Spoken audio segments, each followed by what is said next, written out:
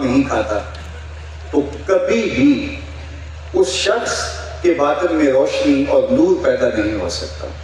اللہ کے محبوب علیہ السلام نے اس شخص کا ذکر کیا جو لمبا سفر کر کے آیا اور وہ کعبۃ اللہ کے سامنے کھڑا اور اس نے ہاتھ لمبے کیے، یمد یدیہ، ہاتھ لمبے کیے، اور وہ اللہ تعالیٰ جل شانہ کو پکارتا ہے اور کیا کہتا ہے؟ یا رب یا رب۔ اشعث اغبر، اس کے بال بکھرے ہوئے ہیں اور اس کا لباس پھٹا ہوا ہے، پراگندہ سی حالت ہے، اور اللہ کے گھر کے سامنے کھڑا ہے، لمبے لمبے ہاتھ کر کے دعا مانگ رہا ہے، یمد یدیہ، یا رب اے میرے اللہ، اے میرے اللہ۔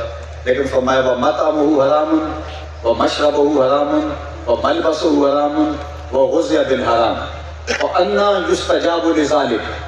فرمایا کہ اس نے جو کھایا ہے وہ حرام کا ہے، اس نے جو پیا ہے وہ حرام کا ہے، اس نے جو لباس پہنا ہے وہ حرام کا ہے۔ فرمایا اس کو جو غذا دی گئی ہے وہ غذا حرام کے مال سے اسے حاصل ہوئی تھی۔ فرمایا فَأَنَّىٰ يُسْتَجَابُ لِذَٰلِكَ۔ فرمایا مجھے بتاؤ کہ اس کی دعائیں کیسے قبول ہوں۔ وہ کعبۃ اللہ کے پردے کو تھام کے کھڑا ہے، ملتزم سے لپٹ کے رو رہا ہے، وہ حتیم میں کھڑا ہے، وہ کعبہ کے اندر بھی چلا گیا، کعبہ کی چھت پہ سقف بیت اللہ پہ بھی کھڑا ہے، مطاف میں کھڑا ہے، وہ حجر اسود کے ساتھ لپٹ کے دعائیں مانگ رہا ہے، مقام ابراہیم کے پاس کھڑا ہو کے دعائیں مانگ رہا ہے، یمد یدیہ، اس کے ہاتھ لمبے لمبے ہیں، یا رب کے کلمات اس کی زبان پہ ہیں، اور اشعث اغبر، غبار آلودہ بکھرے ہوئے اس کے بال ہیں، اور حالت پراگندہ ہے کہ کسی کو گزرتے ہوئے بھی ترس آ جائے، اور اللہ کے گھر میں کھڑا ہے تو وہ کیوں نہیں معاف کرے گا؟ لیکن فرمایا مَطْعَمُهُ حَرَامٌ وَمَشْرَبُهُ حَرَامٌ وَمَلْبَسُهُ حَرَامٌ وَغُذِّيَ بِالْحَرَامِ۔ اس کا کھانا پینا لباس اور غذا حرام کی تھی۔ فَأَنَّىٰ يُسْتَجَابُ لِذَٰلِكَ۔ اس کی دعائیں کیسے قبول ہوں گی؟ بلکہ علماء نے لکھا کہ جو شخص حرام کمائی کھاتا ہے اس کی اپنی دعائیں تو قبول نہیں ہوتی، نیک لوگوں کی دعاؤں سے بھی اس کا حصہ نکال دیا جاتا ہے۔ جب اللہ کے بندے اولیاء کاملین دعائیں مانگتے ہیں اور وہ پوری امت کے لیے، پوری قوم کے لیے مانگ رہے ہوتے ہیں، لیکن اس شخص کا حصہ نکال دیا جاتا ہے جس کا رزق پاکیزہ نہیں ہے۔ اس لیے رزق کی پاکیزگی یہ بہت اہم ہے۔ رومی علیہ الرحمہ فرماتے ہیں کہ اگر تمہارا رزق ہو پاک ہوگا، تمہارا رزق ستھرا ہوگا، تمہارے سینے میں معرفت کا نور پیدا ہوگا، اور اگر تمہارے سینے میں غل، غش اور حسد، بغض، کینہ اور نفرتیں پیدا ہو رہی ہیں تو پھر تم غور کرو کہ تمہارے رزق میں کوئی مسئلہ ہے۔ تم کھاتے ہو، اس کے نتیجے کے اندر جو ہے وہ تمہیں حسد پیدا ہو رہا ہے، بغض پیدا ہو رہا ہے، نفرت، سستی اور کاہلی اور عبادت سے دوری پیدا ہو رہی ہے۔ جو رزق حلال ہے وہ عبادت کے لیے تقویت پیدا کرتا ہے، وہ تمہیں سچائی کی زندگی گزارنے کی طرف راغب کرتا ہے۔ تو اہم ترین چیز جو ہے وہ رزق کی پاکیزگی ہے، رزق کا پاکیزہ ہونا۔ اللہ اکبر۔ حضرت جنید بغدادی علیہ رحمہ دجلہ کے کنارے جا نکلے اور آپ کے شاگرد بھی تھے آپ کے ساتھ، تو وہاں بہلول ملے۔ بہلول ایک مجذوب تھے، تو کہا کہ چلیے ان سے ذرا بات کرتے ہیں۔ تو شاگردوں نے کہا یہ تو ایک دیوانہ شخص ہے، اور آپ کس سے کیا ملیں گے؟ آپ اتنے پڑھے لکھے عالم اور اتنے بڑے فقیہ اور صوفی، اور ایک دیوانے شخص سے آپ ملیں گے؟ دنیا اس کو دیوانہ کہتی تھی، بہلول دیوانہ۔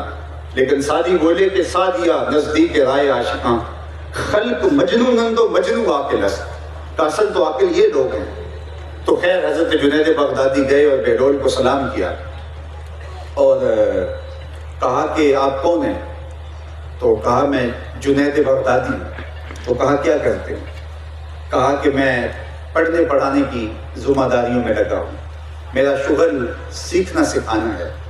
تو آپ نے فرمایا کہ کھانے کے آداب جانتے ہو؟ تو کہا کہ ہاں، ہاتھ دھوئے جائیں، بسم اللہ شریف پڑھی جائے، چھوٹا لقمہ لیا جائے اور چبا چبا کے کھایا جائے، اور اس کے بعد الحمدللہ کہا جائے۔ تو بہلول کہنے لگا کہ میں تو آپ کو بہت بڑا عالم سمجھتا تھا، آپ تو کھانے کے ادب کو بھی نہیں جانتے۔ اور اپنا کپڑا اٹھایا، جھاڑا اور ایک جانب چل دیے۔ شاگردوں نے کہا ہم نے آپ کو کہا تھا کہ اس شخص کے پیچھے جانے کا کیا فائدہ، یہ تو دیوانہ شخص ہے۔ تو کہا نہیں میں اس کے پیچھے چلتا ہوں۔ پھر آپ اس کے پیچھے بھاگے۔ تو پھر بہلول نے پلٹ کے دیکھا، کہا کہ کون ہو؟ کہا کہ میں جنید ہوں۔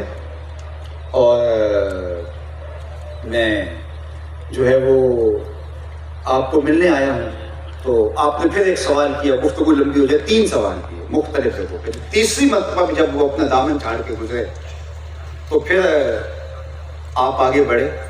تو جنید بغدادی نے بہلول سے پوچھا، اور انہوں نے پوچھا کون ہو؟ انہوں نے کہا کہ میں ایک عام سا شخص ہوں، تو آپ کے پاس جو ہے وہ سیکھنے آیا ہوں. تو کہا کہ میں نے تم سے پوچھا تھا کہ کھانے کے آداب کیا ہیں، تو تم نے یہ بتایا تھا. کہا جی میں نے تو یہی پڑھا ہے اور میں نے یہی بتایا ہے. تو کہا کھانے کا سب سے پہلا ادب یہ ہے کہ لقمہ حلال کا ہو. باقی لقمے چھوٹے چھوٹے توڑ کے کھائے یا چبا چبا کے کھائے یا جو ہے وہ پانی پہلے پیے یا بعد میں پیے، کہا یہ باتیں بات کی ہے. سب سے پہلا ادب کھانے کا یہ ہے کہ لقمہ طیب ہو، لقمہ طاہر ہو، لقمہ پاکیزہ ہو. اللہ اکبر. تو ہمارے رب نے ہمیں پاکیزہ رزق کھانے کی تلقین فرمائی ہے. تو عقل حلال اور صدق مقال، دوسری بات اس کے ساتھ جڑی ہوئی وہ ہے سچ بولنا. ہمارا دین ہمیں سچ بولنے کی تلقین کرتا ہے.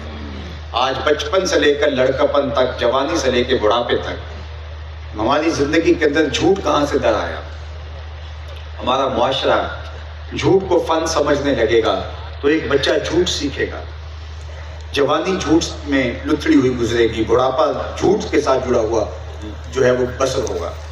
جبکہ ہمارا دین سچ کا دین ہے. میرے اور آپ کے آقا و مولا کو اعلان نبوت سے قبل بھی لوگ صادق اور امین کہتے تھے، تو اس پیغمبر کے ماننے والے کیسے جھوٹ بول سکتے ہیں؟ آج میرا بھی دعویٰ ہے، آپ کا بھی دعویٰ ہے کہ ہم عاشق رسول ہیں، ہم حضور کے محب ہیں. تو محب تو پھر چاہتا ہے کہ میرا محبوب مجھ سے راضی ہو جائے. تو میں آپ کے سامنے ام المومنین حضرت سیدہ عائشہ رضی اللہ تعالیٰ عنہ سے مروی ایک روایت رکھنا چاہتا ہوں. کہتے ہیں کہ قالت ما کانا خلق ابغض الی رسول اللہ صلی اللہ علیہ وسلم من الکذب. جو چیز حضور کو سب سے زیادہ ناپسند تھی وہ جھوٹ تھا. اور جب آقا کریم علیہ السلام وَلَقَدْ كَانَ الرَّجُلُ يُحَدِّثُ عِنْدَ النَّبِيِّ صلی اللہ علیہ وسلم بِالْكِذْبِ فَمَا يَزَالُ فِي نَفْسِهِ حَتَّى يَعْلَمَ أَنَّهُ قَدْ أَحْدَثَ مِنْهَا تَوْبَةً. فرماتے ہیں کہ جب حضور دیکھتے کہ کوئی شخص جھوٹ بولتا ہے تو حضور کی نگاہوں سے وہ شخص گر جاتا ہے، یہاں تک کہ وہ سچے دل سے توبہ کرتا، اور پھر آقا کریم علیہ السلام کے دل میں اس کے لیے محبت اور اس کے لیے جگہ پیدا ہوتی. کیا میں اور آپ یہ چاہتے ہیں کہ ہم حضور کی نگاہوں سے گر جائیں؟ اور اگر ہم یہ نہیں چاہتے تو اگر جھوٹ زندگی میں ہے تو توبہ کرنا ہوگی، اور اگر زندگی جو ہے وہ سچ سے جڑی ہے تو سچ پر استقامت اختیار کرنا ہوگی. اللہ کے محبوب علیہ السلام نے ارشاد فرمایا کہ حضرت عبداللہ ابن عمر رضی اللہ تعالیٰ عنہ سے مروی ہے، صحیح ترمذی میں روایت ہے کہ جب کوئی شخص جھوٹ بولتا ہے تو اس کے منہ سے بدبو نکلتی ہے، جو عام لوگ تو نہیں سونگھ پاتے، لیکن اللہ کے نورانی فرشتے اس کا احساس رکھتے ہیں تو وہ 1 میل پیچھے ہو جاتے ہیں. کسی شخص کے جھوٹ بولنے کی وجہ سے اللہ کے نورانی فرشتے 1 میل پیچھے ہٹ جاتے ہیں. اور اگر وہ جھوٹ بولتا رہتا ہے فرشتے پیچھے ہٹتے رہتے ہیں، پیچھے ہٹتے رہتے ہیں. اب ظاہر رحمت کے فرشتے جو رحمت لے کے گھر میں اترتے تھے، جو نور لے کے گھر میں آتے تھے، وہ تو دور ہٹ گئے مسلسل جھوٹ بولنے کی وجہ سے. تو اب رحمت کے فرشتے تو ہمارے قریب ہی نہیں ہیں. اب گھر میں نحوستیں اتریں گی، بے برکتیاں ہوں گی، الجھاؤ ہوگا اور بیماریاں ہوں گی، تو ہم کیا سمجھیں گے کسی نے تعویذ ڈال دی. اب بھاگے باپوں کے پاس، انہوں نے کہا کہ تم تو وقت پہ آگے ہو گئے، نہ آتے تو تعویذ چل جانا. اور پھر جو ہے وہ ان کی غلامی اختیار کر لی، بس ان کے دستے نگر ہو گئے. ہم نے یہ سوچا ہی نہیں تھا کہ گھر کے اندر اترنے والی نحوستیں جھوٹ کی وجہ سے، گھر میں اترنے والے نحوستیں اور گھر میں اترنے والی بے برکتیاں رحمتوں کے فرشتوں سے کے پیچھے ہٹ جانے کی وجہ سے، جو اللہ کی بارگاہ سے رحمتیں لے کے ہمارے گھر میں آ کے ڈالتے تھے، ہم نے ان فرشتوں کا ہی راستہ روک دیا. تو گھر سے رحمتیں کیسے اتریں گی؟ گھر میں نور کیسے اترے گا؟ اجالا کیسے ہوگا؟ تو ہمارا رزق کثیر ہونے کے باوجود بھی برکت کے نور سے خالی ہوگا.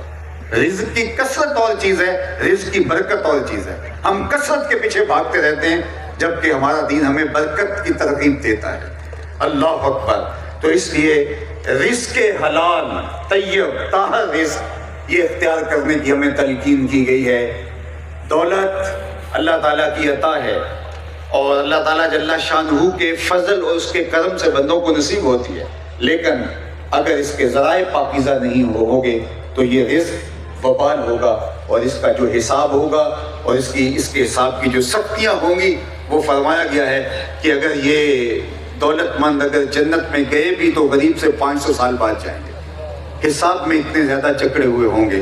تو آئیے میں اور آپ دیکھیں کہ اپنے رزق کو کس طرح سے پاک کرنا ہے، اور کثرت کے ساتھ جو ہے وہ اپنا محاسبہ کرتے رہنا ہے، تاکہ کسی جانب سے کوئی ایسی چیز ڈر نہ آئے جو ہماری رزق کی ناپاکیزگی کا سامان اور ذریعہ بنے۔ اللہ اکبر۔ اور یہ بات بھی ذہن میں رکھیے کہ نگاہیں پاک ہوں گی تو عبادت کی لذات نصیب ہوں گی، اور اللہ تعالیٰ